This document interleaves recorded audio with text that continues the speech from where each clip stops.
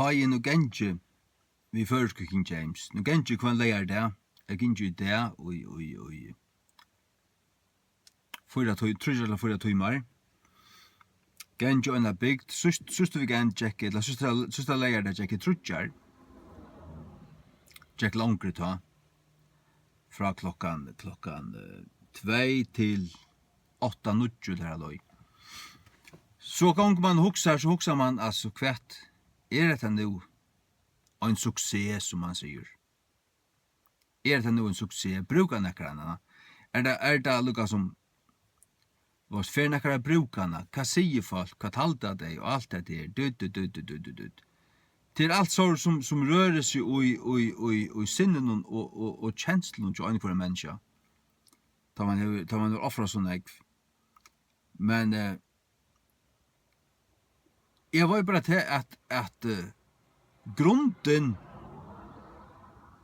som stod och som gick ut från början och till att man kan gerast. Heter vi det slags finns Bibeln förskon. Bibeln slags till förskon. Ska jag läsa Bibeln som jag läser en enskon. Och jag gjorde det till god kattleime och gjorde det tryckt vid oj först och främst för mig självan. Det är skulle sören dans som jag har Bibeln och sanna rätta reformationsbibel efter Benjaim gamla testamenten och Textus Receptus nya testamenten. Vi öll här som alltid vi, här som alltid rätt tutt, här som åren är och allutande. Jag skulle ha det. Och det var så det som Gud kallade mig till. Och då jag var liv så kom det till mig att detta var det som en profetor säger vem jag i 25. En profetor kom till Reykjavíkar, en äldre med han säger han säger jag ber för där jag kvalde. God visst man tog jag Bibeln. Det tror jag släck på. Och det gick upp för mig för ni hej tog Bibeln. Lever vi alla Bibeln. 2 veckor 17 då gick upp för mig att det som han säger. Så att ta du var så det att om några brukar eller inte bara till att hon kommer nu den till vad du tar kunna ignorera av Nya testamentet. Tar gera lud tar lätta det affärer fram i borgen men tar kunna inte ignorera en hela bibel och att det är reformationsbibeln. Og i sin kunnløgjen han kjemur a brøya seg ut, da gjer han, og fyrir tog altså kunnløgjen til at hette er denne teksteren, og at det er grunnleggjande tver bibler, han kunnløgjen kjemur a komme ut. Han brøyer seg. Og det som røyner å si atter til at det er grunnleggjande tver bibler. Og en tøying, man sier, det var en bibel og tøying, det er ikke givet at det er den rette teksten. Det er 2 stø, Alexandria og Egyptalandet, og Byzantium og Grekalandet, etla Syria, etla Antiochia og Syria, til herfra. Den sanne teksten er fra Antiochia og Syria, kommet opp til Byzantium og Grekalandet, kommet ned til Europa i 1503, bønt åren reformasjonene, kom den teksten. Og så kom den første prenta i griske teksten av Textus Receptus, det var i 1516. Og så kom reformasjonen. Luther tøtte han på en av veien. På en av veien til han var kommet, så tøtte Luther den rette teksten. Og i 1516 kom reformasjonen. Og Luthers første bibel halde med prenta i 21 eller 22, jeg var ikke rettelig. Det hendte alt om så mot høy. Og nå er det just 500 år siden.